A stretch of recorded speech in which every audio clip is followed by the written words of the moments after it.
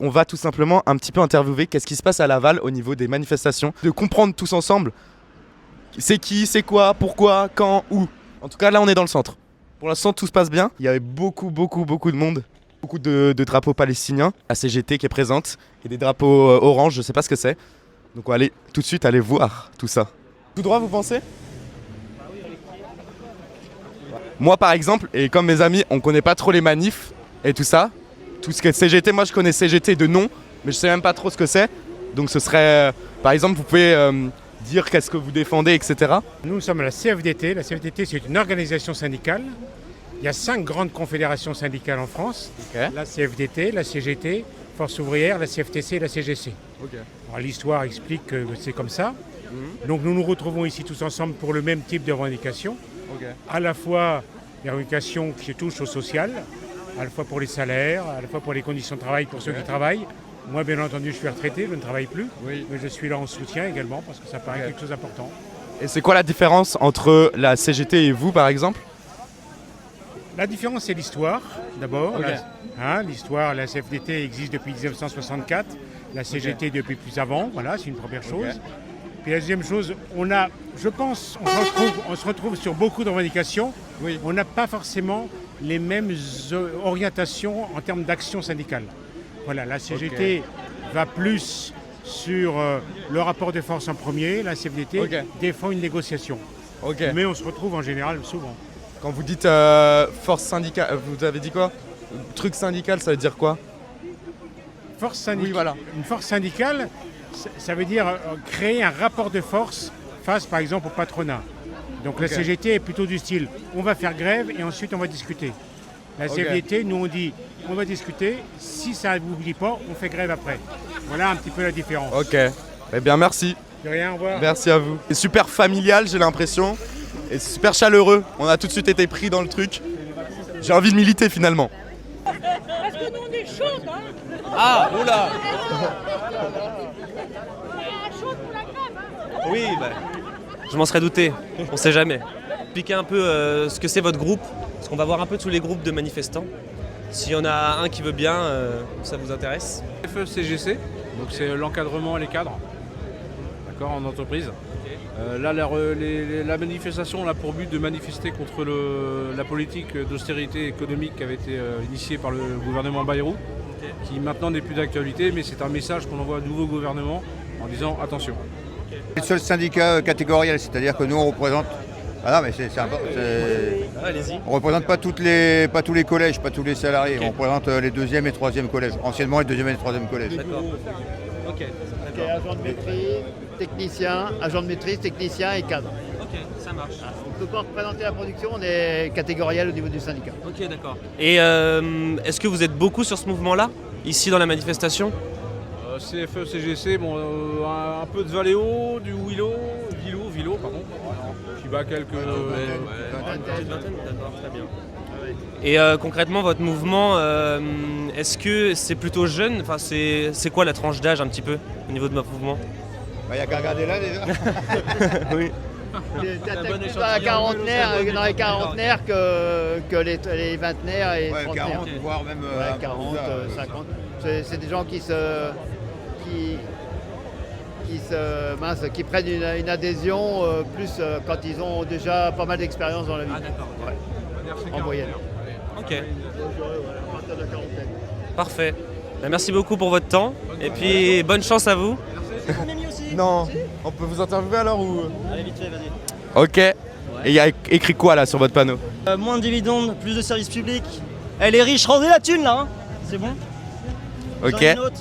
Pour la sécurité sociale de l'alimentation, c'est important, c'est le même système de fonctionnement que la sécurité sociale maladie. Sauf que le but c'est que tout le monde ait accès à une alimentation de qualité, que les producteurs soient bien payés correctement, et que voilà, on collectivise tout ça, quoi. Ok, eh ben merci. Le cortège se met en marche, c'est-à-dire qu'on va continuer. On va bien interviewer lui et nous parler de vous, ce que vous avez écrit. C'est quoi cette loi Zucman ? Alors la loi Zucman, c'est une loi proposée par Gabriel Zucman, qui est un économiste spécialiste de la fiscalité en Europe. Et tout simplement, il dit, j'ai entendu sur France Culture dernièrement, pour plus d'équité par rapport à l'impôt, Il faudrait juste taxer les plus grosses fortunes à hauteur de 2% pour qu'ils arrivent au même niveau d'équité face à l'impôt. Et ces 2% qu'il propose, Gabriel Zucman, ferait rentrer à peu près entre 15 et 25 milliards d'euros dans les caisses de l'État. On parle de 1800 personnes. 1800 personnes sur 66 millions de Français. Voilà. Et on arrêterait tous les impôts pour les autres citoyens. Non, non. C'est juste que eux, les 1800 personnes, paieraient la même chose par rapport à n'importe qui, quoi. N'importe quel Français. Ce serait équitable en termes d'impôts. Ok. Les plus riches, je connais pas du tout la politique, les plus riches ne payent pas autant d'impôts qu'ils devraient que quelqu'un de lambda comme moi. Eh bien, in fine, les très très riches, on parle des très hauts revenus, avec la défiscalisation, les boucliers fiscaux et ainsi de suite, échappent quasiment totalement à l'impôt. Okay. Les 1800 personnes que je parlais là, les patrimoines de plus de 100 millions d'euros, pour vous donner un ordre d'idée, c'est 42% du PIB. Ils pèsent 42% du PIB, 1200 milliards d'euros. Je pense que 1800 personnes pourraient participer un peu plus à l'effort national. Merci à vous. De rien. Très bien. Bon courage. Merci. On est très devant le cortège. Comme vous pouvez voir, il y a un peu de vin qui est distribué. Là, c'est le camion de la CGT. On les a pas encore interviewés. On le fera peut-être après. On peut monter avec Maxence ? Ouais. Merci beaucoup. Direct d'un camion de la CGT. En plus, on vous a pas interviewé pour l'instant. On a que interviewé vos amis qui sont orange là. Oui, l'autre syndicat, la CFDT. Ouais. C'est quoi la grande différence entre la CFDT et vous ? Vas-y Laurent. Dans les grandes lignes. Dans les grandes lignes, on est souvent fer de lance dans les manifestations et dans les revendications ouvrières. Donc voilà un petit peu ce qu'on peut en dire, quoi, voilà. Et les grandes différences ? S'il y en a. On a vraiment affaire principalement à des gens qui ont, on va dire, les mains sur les manettes, qui sont capables d'action non destructive, voilà. C'est pas le but, voilà. Mais on est capable de se montrer facilement. On réussit à se faire de l'équipement nous-mêmes. Enfin, vous voyez les camions qu'on a. Voilà. On a des gens, on a des gens qui sont sacrément motivés quand même chez nous. Moi je connaissais pas du tout les manifs, mais pourtant je connaissais la CGT. Vous êtes combien ? Alors, vous êtes énormément. Oh là, ouais. Sur la Mayenne, moi j'ai pas le... Vous êtes le plus grand parti Ouais, a priori on est battu au niveau des élections par la CFDT, mais ça c'est pas... c'est papier ça. Ouais, mais ça c'est... Là, en revendication, à mon avis, oui, on est sûrement le meilleur syndicat, ouais. Ok. Y a pas de doute. Et donc vous distribuez à manger, à boire ? On approvisionne les gens qui ont besoin de ravitaillement, quoi, voilà. Afin de plus manifester, c'est très bien. Et merci à vous. Ça permet une meilleure convivialité, quoi. Oui. Faut que ce soit un moment festif quand même.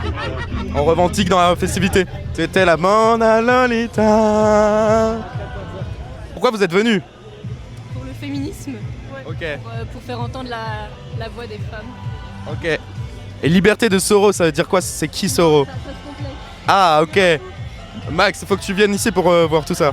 Liberté, égalité. Ça veut dire quoi ? Fraternité mais entre sœurs. Ah ok. Vous faites partie de la CGT vous ? Ou comme ça ? Anarchiste. Anarchiste ? Voilà. Ah ouais ? Ouais, drapeau noir. Depuis le punk et tout ça ? Ouais. J'aime le punk. J'aime aussi le Rasta. Ah oui, beaucoup de choses. Qu'est-ce qu'il vous fait planer ? Allez, très bien. Bonne journée les gars. Bonne journée, merci à vous. Pardon. Président. Comment il s'appelle ? Romain est appelé. Monsieur. La CFTC, en quelques mots, c'est l'équilibre entre tout le monde. C'est-à-dire que nous, on est globalement des ouvriers, des agents de maîtrise, des cadres. On fait fonctionner le système, on est fiers de faire fonctionner le système parce qu'on a des cotisations, on a des impôts, on n'a pas de souci avec ça. Et aujourd'hui, nous, on ne demande pas si on veut ou pas, on le fait. Et on a des parties de la population qui ont des astuces où on leur dit si tu fais ça, tu paieras plus là, si tu fais ça, tu paieras plus là. Et finalement, aujourd'hui, les plus riches ne payent pas parce qu'ils jouent au Monopoly. Tant mieux pour eux, nous aussi on aime jouer au Monopoly, mais chez nous, ça reste limité. Oui. Donc voilà, en quelques mots, on aimerait un peu plus d'équilibre. Ok, d'accord. Merci beaucoup.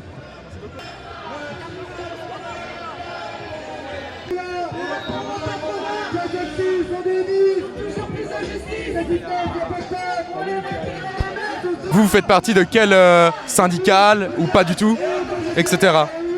Pourquoi vous êtes venu? Je suis membre d'aucun parti politique, ni d'aucun syndicat, mais ceci dit, je soutiens le mouvement actuel, parce que ce mouvement s'inscrit dans une continuité. Depuis les Gilets jaunes, en novembre 2018, en passant par les mobilisations contre les réformes des retraites, eh bien, nous avons ici une continuité.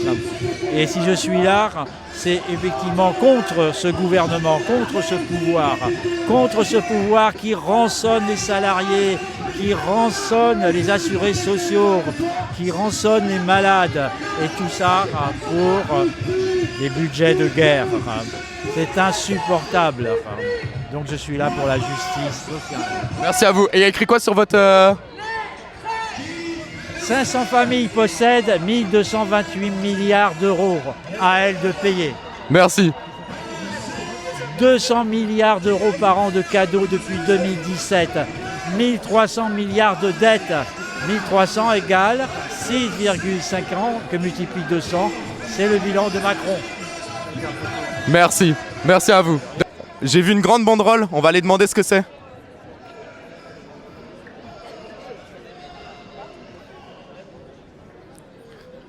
Ah non. Là j'aime pas. On va aller voir après,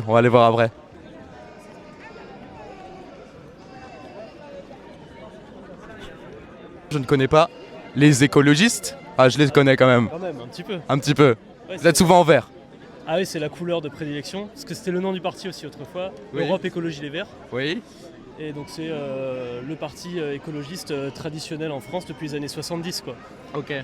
Et là, vous manifestez pour l'écologie ou alors vous manifestez aussi pour des choses sociales, etc., économiques? Tout est lié, c'est-à-dire que l'écologie et l'action sociale, c'est intrinsèquement lié. Oui, On peut pas défendre un monde plus écologiste si on ne défend pas un monde où il y a plus de répartition des richesses, puisqu'on sait que c'est les plus grandes fortunes de ce monde qui sont aussi les personnes qui sont les plus polluantes. Oui, qui c'est lié. Le plus d'impact sur les écosystèmes, sur le climat de manière générale. D'accord. Donc, nous on est là pour nos revendications principales aujourd'hui, c'est pour lutter contre la nouvelle nomination du Premier ministre, M. Lecornu. Oui. Puisqu'il est là en fait pour réitérer encore et toujours la même position gouvernementale, la même direction gouvernementale depuis 2017. C'est le seul ministre qui est encore en place depuis 2017, donc c'est vraiment un poulain d'Emmanuel Macron qui est en place dans le système macroniste depuis son élection. Donc il n'y a pas de renouveau. Donc encore une fois, on a des gouvernements qui sont destitués les uns après les autres et on recommence avec la même direction gouvernementale, avec parfois les mêmes ministres aux mêmes positions. Et donc nous, on est vent debout contre ce mécanisme de répétition perpétuelle qui est un peu aussi un doigt d'honneur aux urnes. Oui. Parce que l'année dernière, c'est quand même la gauche rassemblée qui est arrivée en tête des élections. Alors bien sûr sans majorité à l'Assemblée nationale, mais qui est arrivée en tête. Et Emmanuel Macron aurait pu prendre le parti de nommer Lucie Castet, qui est quand même une personnalité relativement, importante, connue. Ouais, qui n'était pas si connue, mais qui en tout cas faisait relativement consensus entre la gauche et peut-être même une partie de la droite modérée. Oui. Il a fait le choix de nommer un Premier ministre d'un parti de droite qui avait fait moins de 5% aux élections législatives. Oui. Et là, il prend le parti encore de nommer une personnalité de droite, un ancien membre du Parti Les Républicains, qui a des positions qui sont inchangées depuis qu'il a quitté son parti à l'origine. On l'a vu, alors j'ai pas tout à fait regardé, mais je crois qu'il a déjà prononcé il voulait faire passer quelque chose, non?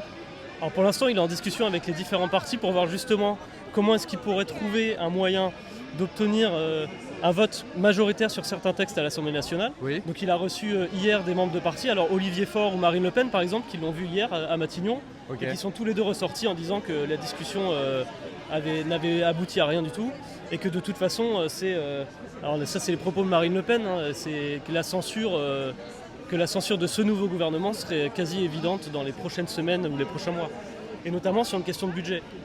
D'accord. Et ça, c'est aussi la raison pour laquelle on est ici, c'est que François Bayrou, il avait proposé un budget ultra austéritaire avec 44 milliards d'économies à réaliser. Alors, ok, la France elle est en déficit, ça c'est certain, hein. Il y a des efforts qui sont à fournir au niveau budgétaire. En revanche, nous on n'est pas pour une casse systématique du service public. C'est-à-dire qu'à un moment donné, les Français ils sont quand même heureux d'avoir un État dans lequel on a une santé qui dégringole en ce moment, mais qu'il faudrait maintenir en l'état, une éducation gratuite et laïque qu'il faudrait maintenir en l'état, voire améliorer. Oui. Et pour tout ça, il faut des dépenses. En revanche, ce qui manque, c'est les recettes. Et les recettes, elles n'ont fait que diminuer depuis 2017, voire même avant. Et ce qu'il faut, c'est aller chercher l'argent là où il y en a, et pas toujours chez les mêmes. Très bien, c'est beaucoup ce qu'on nous dit ici. Ouais, en fait, il y en a assez d'avoir des impôts qui augmentent. Nous, on est content de payer des impôts. Moi, personnellement, je suis content d'en payer parce que je suis content d'être dans un état où on a une école laïque, obligatoire, gratuite pour tous et toutes. D'avoir aussi des hôpitaux dans lesquels on peut aller se faire soigner, admettons pour un cancer, sans avoir à débourser un seul euro, c'est fantastique. Il n'y en a pas d'autres des pays comme ça dans le monde. Non. Mais pour ça, il faut que tout le monde puisse payer à la même hauteur. Et les très très grandes entreprises, je ne parle pas des TPE-PME, je ne parle pas des entreprises familiales, etc. Je parle des très très grandes entreprises qui engrangent des profits monumentaux. Elles ne payent pas à la même échelle que nous en tant qu'individus, en tant que travailleurs et travailleuses. Donc ça, il faut que ce soit rééquilibré. Et autrement, les très très grandes fortunes de ce pays, les 0,01%, ne payent pas non plus à la même hauteur que nous, puisque par des mécanismes de paiement, non pas par salaire mais par dividende, ils arrivent à se soustraire au taux d'imposition qui est celui qui est normalement imposé pour les salaires ordinaires. On a entendu parler de ça. Voilà. Merci à vous.